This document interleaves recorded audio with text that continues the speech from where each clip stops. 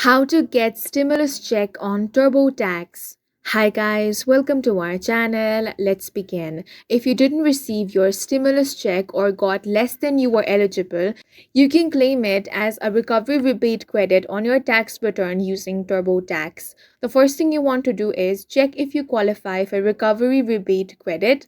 You may be eligible if you didn't receive your full stimulus payment or your income was below the eligibility limits.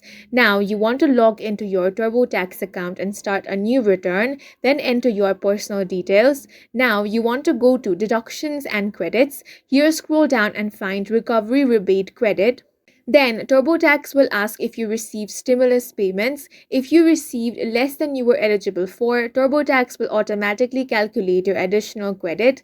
Now, TurboTax will add any missing stimulus amount as a recovery rebate credit on line 30 of your Form 1040. Review your return for errors and file electronically. If eligible, the IRS will add the missing stimulus amount to your tax refund. And that's it for this video. If you found it helpful, please make sure to hit the like button and subscribe for more videos like this.